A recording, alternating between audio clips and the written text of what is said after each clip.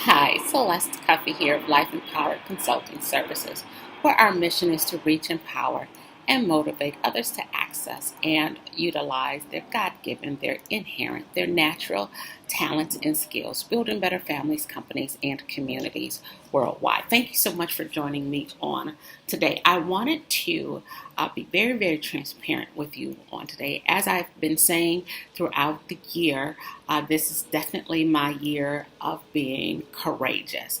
Courage to. Courage to. What do you have courage to do? What have I had courage to do or courage to be?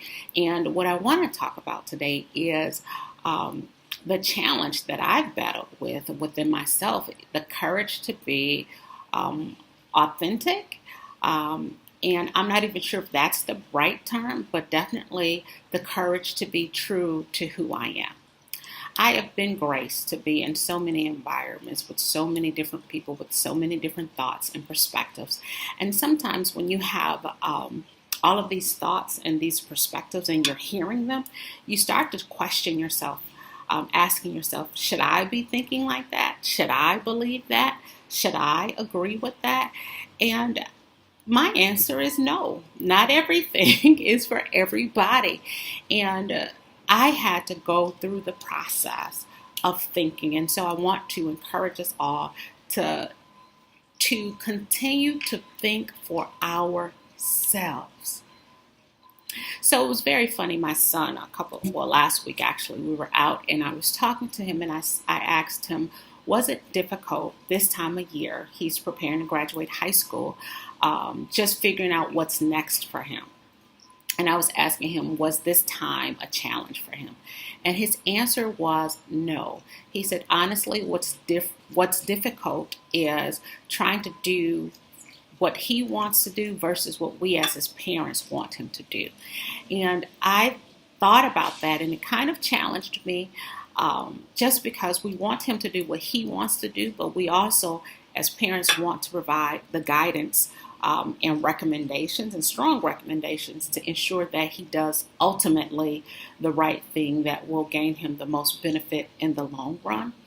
And so I am saying that to say you will deal with external pressures, you will deal with external views, you will deal with external information, and you may even have to grapple with it as I have as of lately. But when I finished grappling, when I finished thinking and assessing and listening, my truth was just my truth.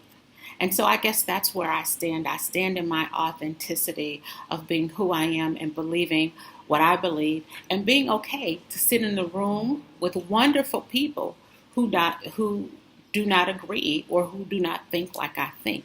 I think the value of diversity, the value of inclusion, the value of that is to be able to get all of the different thoughts and processes and hear them and be able to grapple with them. And hopefully, when the situation is right and it's right for you, you are able to change and evolve and grow. And I have definitely grown, but my premise and my pretense has not changed in that particular situation. And so I want to encourage you to have courage, to leverage your courage, to be authentic to you, to remain true to you, remain true to your story.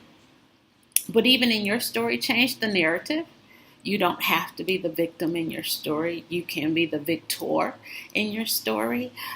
You can be the winner in your story, even when it feels like and it looks like you're losing. Even if you lose a job, you still can be a winner.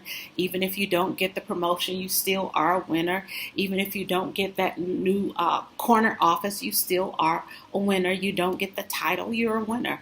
You are a winner. So do not forget that you are who you are. Your story is your story. Remain authentic to you. But if necessary, change the narrative.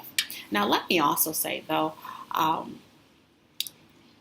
the Bible says, and I apologize if there are non-believers on watching, but it does say that our people perish for the lack of knowledge. And when you know better, you do better. But we also have to understand the difference between fact and opinion.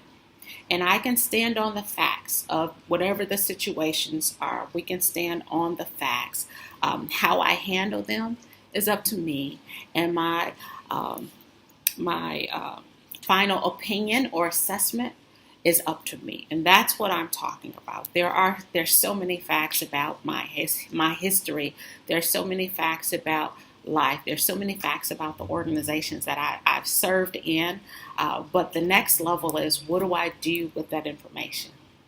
Because we can't always look backwards. We have to figure out how to move forward. So I just wanted to spend a little bit of time sharing that with you in terms of being authentic to me, and I encourage you to be authentic to you. Thank you so much for your time, and please, please, please live life empowered. Take care. Goodbye.